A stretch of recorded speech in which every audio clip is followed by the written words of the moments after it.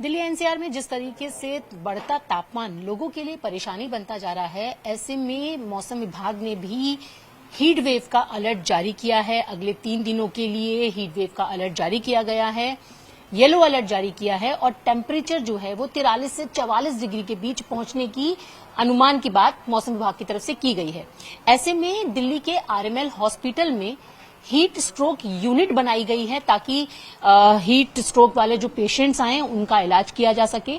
इस heat stroke unit में कैसे पेशेंट का इलाज किया जाएगा आज मैं आपको ये दिखाऊंगी। तो आप देखें तो यहाँ पर ये हीट स्ट्रोक यूनिट का जो रूम है वो है और अब मैं आपको अंदर लेकर चलूंगी। अंदर जब हम पहुंचेंगे इस हीट स्ट्रोक यूनिट के तो आपको सबसे पहले यहाँ पर एक हीट स्ट्रोक मैनेजमेंट किस तरीके से किया जा रहा है वो एक आपको लिखा हुआ यहाँ पे दिखाई देगा कि कैसे हीट स्ट्रोक मैनेजमेंट है और अंदर हम आपको लेके चलते हैं। अब ये वो रूम है जो कि हीट स्ट्रोक यूनिट के नाम पे सेटअप किया गया है और ये आरएमएल हॉस्पिटल का हीट स्ट्रोक रूम है जहां पर हीट स्ट्रोक के कारण जो पेशेंट्स आते हैं उनका ट्रीटमेंट यहां पर किया जाता है। और डॉक्टर अजय चौहान है हमारे साथ बात करने के लिए, उन्हीं से जानेंगे। सर, जिस तरीके से लगातार टेम्परेचर जो है वो बढ़ रहा है और मौसम विभाग ने भी अभी 3 दिन के लिए येलो अलर्ट जारी किया है, तो ऐसे में ये जो हीट स्ट्रोक यूनिट है वो कैसे काम करती है? जी, आज जैसा कि आपने कहा कि अभी हीट वेव का येलो अलर्ट जारी हुआ है। इस दशा में हमें अक्सर करके बहुत ज़्यादा पेशेंट्स हीट स्ट्रोक से जो सफ़र करते हैं वो बहुत बढ़ जाते हैं जी।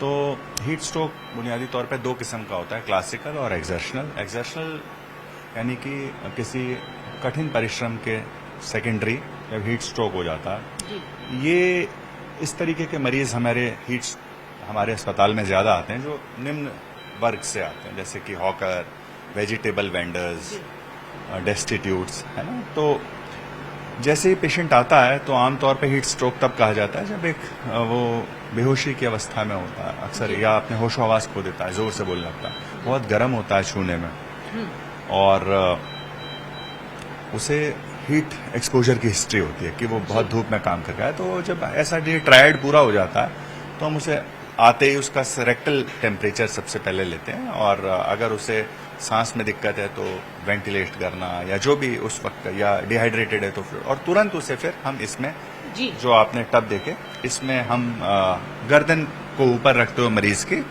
ठंडे पानी में डुबो देते हैं। पानी कि अगर बहुत गर्मी में से कोई पेशेंट आ रहा है और उसे हीट स्ट्रोक की परेशानी हुई है तो सबसे पहले इस टब में उसको डिप करा जाएगा। जी जी, इस टब के अंदर 150 लीटर पानी और वो बर्फ हम तकरीबन 50 किलो मिला लेते हैं। तो पानी का जो टेम्परेचर है 1 से 5 या 1 से 6 डिग्री के बीच में हो जाता है जी। और फिर हम मरीज को गर्दन को छोड़ के बाकी सारे हिस्से को पानी के नीचे डुबो देते हैं और इवन सिर पर भी स्पंज के जरिए पानी डालते रहते हैं। तो सर ये मतलब अगर आया तो यहाँ पर मैं टब देख रही हूँ और टब में ये जो आइस दिख रही है, पहले इसको इसमें डिप किया जाएगा, उसके बाद फिर पेशेंट को यहाँ लिटाया जाएगा। हाँ, आइस, और इसमें जैसा कि आपने देख रही हैं कि वो एक नल है, उससे पानी आता है, 1 मिनट में भर जाता है टब, तकरीबन 150 लीटर पानी और 50-70 किलो आइस डल के ये पूरा भर जाता है और एकदम से ठंडा हो जाता है पानी। कितनी देर डिप किया जाता है फिर? तकरीबन 10-15 मिनट में उसका टेम्परेचर डिपेंड करते हैं। इसमें 2 एक्चुअली हमारे पास थर्मोमीटर्स होते हैं, एक मलद्वार के जरिए आदमी के अंदर लगता है पेशेंट के और एक टब का टेम्परेचर के लिए है इसमें। तो जब उसका हम लगातार टेम्परेचर मॉनिटर करते रहते हैं, जैसे कोई 106 पे आया तो फिर धीरे धीरे उसका जब तक टेम्परेचर 100 तक कम नहीं होता तब तक उसमें हम इसमें डुबो के रखते हैं। आमतौर पे 10 से 15 मिनट में ऐसा हो जाता है। हम यानी कि अगर किसी को हीट स्ट्रोक हो गया है, फीवर हाई है, तो पहले वो आएगा और जब पेशेंट यहाँ पर आएगा तो आप ये जो टब देख रहे हैं इस टब में बर्फ डाली जाएगी। बर्फ डालने के बाद उस पेशेंट को यहाँ पर पानी में डिप किया जाएगा और पानी में डिप करने के बाद ये जो टेम्परेचर मशीन है उसमें उसका टेम्परेचर जो है वो देखा जाएगा। उसके बाद जब टेम्परेचर, जैसे डॉक्टर बता रहे हैं कि जब टेम्परेचर 100 के करीब पहुंच जाएगा, तो सर जैसे 100 के करीब टेम्परेचर हो गया और लो हो गया उसका हीट, फिर उसके बाद क्या होगा? उसके बाद हम एक बात और गौर करने वाली है कि हम 98.6 तक नहीं उसका टेम्परेचर लेके जाते। अच्छा। हम 100 पे रोक देते हैं और फिर उसे निकाल देते हैं जी। और इस बिस्तर पे जो पलंग पे जी। रखते हैं लिटा के। उससे ये होता है कि थर्मिक आफ्टर ड्रॉप होता है, जब एक बार बर्फ के पानी से निकाल लेते हैं उसके बाद भी कुछ वक्त तक टेम्परेचर गिरता है और उसके बाद असल मैनेजमेंट उसका मतलब इसके ओवर एंड बियॉन्ड जो है वो, जैसे कि रिहाइड्रेशन करते हैं, इसमें पाया गया किडनी फेलियर की बहुत संभावना बनी रहती है, लिवर फेलियर हो जाता है। मतलब और हीट स्ट्रोक से? जी, बहुत ही प्राणघातक कंडीशन, बहुत ही ज्यादा। तो सर कितने ये यूनिट में कितने बेड्स हैं या एक ही रूम है, ऐसे और भी रूम्स हैं? देखिए, कूलिंग अरेंजमेंट्स तो हमारे पास 2 टब हैं। अच्छा। और अगर 2 से भी ज्यादा एक बार में आ जाए, ऐसा होता नहीं है आमतौर पर, तो ये एक इन्फ्लेटेबल टब भी है। ये तो हमारे पास बेड है। इसके अतिरिक्त हमारे पास ये एक एक्चुअली हॉल्टिंग रूम टाइप है। जब एक बार कूलिंग खत्म हो जाती है तो मरीज को हम वेंटिलेटर पे डालना है तो आईसीयू भेज सकते हैं, क्योंकि जो इस कमरे का प्रायोजन है वो खत्म हो जाता है उसके बाद। तो यहाँ पर अगर हीट स्ट्रोक हो गया है तो सबसे पहले उस पेशेंट को यहाँ पर हीट स्ट्रोक यूनिट में लाया जाएगा, और यूनिट में लाने के बाद ये टब है, टब में डिप किया जाएगा बर्फ डालने के बाद। ये बर्फ भी आप देख रहे हैं। फिर टेम्परेचर ट्रैक किया जाएगा। टेम्परेचर ट्रैक करने के बाद ये जो बेड है उस बेड पर पेशेंट को यहाँ पे रखा जाएगा। जैसे कि डॉक्टर ने बताया कि 100 पर जब टेम्परेचर होगा उसके बाद आगे का ट्रीटमेंट शुरू होगा। 98.4 का वेट नहीं करेंगे तो 100 पर ही टेम्परेचर पहुंचने पर पेशेंट का ट्रीटमेंट शुरू हो जाएगा। यहाँ पे 3 टब आपको दिखाई दे रहे होंगे, 2 टब यहाँ पर हैं और 1 टब यहाँ पर है। और अच्छा सर, कितने जैसे इस तरीके की स्थिति जब रहती है, हीट वेव की स्थिति रहती है, तो कितने पेशेंट आ जाते होंगे?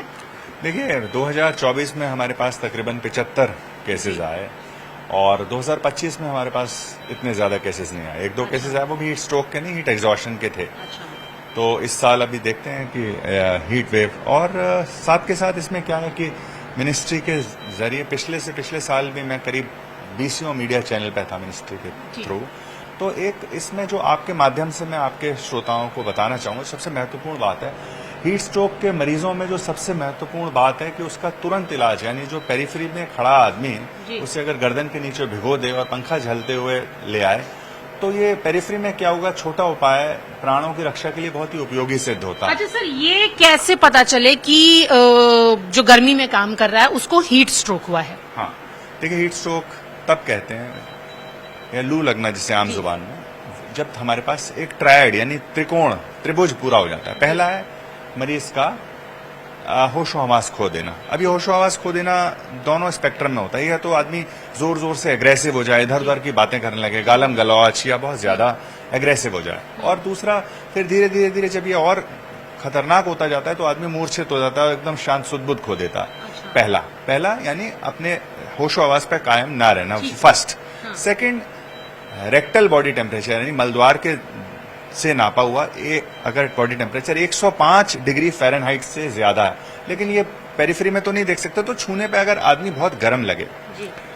और तीसरा, हीट की एक्सपोजर की हिस्ट्री, जैसे कि, और ये ऐसी बात है जिसमें व्यक्ति को सबसे ज्यादा अपना दिमाग लगाना पड़ता है। कोई ऐसा टेम्परेचर नहीं है कि जैसे अगर आज 45 डिग्री है तो सबको हीट स्ट्रोक। टेम्परेचर और एफर्ट, ये इसका सम्मिश्रण होता है। जैसे कि एक रिक्शे वाला मान लीजिए 30-32 के टेम्परेचर पे लेकिन हाई ह्यूमिडिटी में लगातार रिक्शा चलाया जा रहा है, या एक आर्मी का जवान पिट्ठू लेके दौड़ रहा है 20 किलो का, इवन 32 डिग्री, तो उसकी इंटरनल हीट इतनी पैदा हो रही है।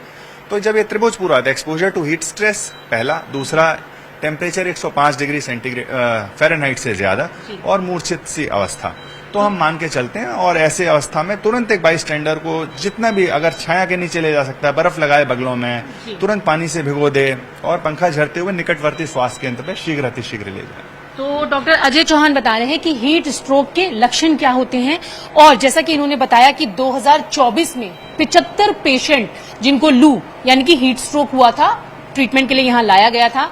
हालांकि 2025 में ऐसे केस बहुत कम आए थे, और अब चूंकि 2026 की गर्मियों की शुरुआत हुई है और टेम्परेचर जो है वो लू जैसी संभावनाएं बन रही हैं, मौसम विभाग ने जैसे कहा है, और टेम्परेचर अगले 2 दिन में 44 डिग्री तक पहुंचने की अनुमान मौसम विभाग की तरफ से व्यक्त किया गया है। तो ऐसे में अगर किसी को हीट स्ट्रोक होता है तो उन्हें घबराने की जरूरत नहीं है। दिल्ली के आरएमएल हॉस्पिटल में हीट स्ट्रोक यूनिट सेटअप की गई है, जहां पर पेशेंट को यहां पे ट्रीटमेंट किया जाएगा, टब में रखा जाएगा, उसका टेम्परेचर उतारा जाएगा, और उसके लिए आप ये देख रहे हैं ये पूरा हीट स्ट्रोक यूनिट है, जहां पर आपको वो सारी चीजें दिखाई दे रही हैं जिसमें तापमान को यानी कि टेम्परेचर को कम करने के लिए यहां पर पूरी एक सेटअप लगाई है। यानी कि अगर इस तरीके का हीट स्ट्रोक का कोई पेशेंट आता है तो उसे अब वेट करने के लिए या इंतजार करने की जरूरत नहीं होगी, पहले से ही ये पूरा heat stroke unit RML hospital में सेटअप हो चुका है। विजय योगेंद्र सिंह के साथ न्यूज़ 18 इंडिया के लिए रचना।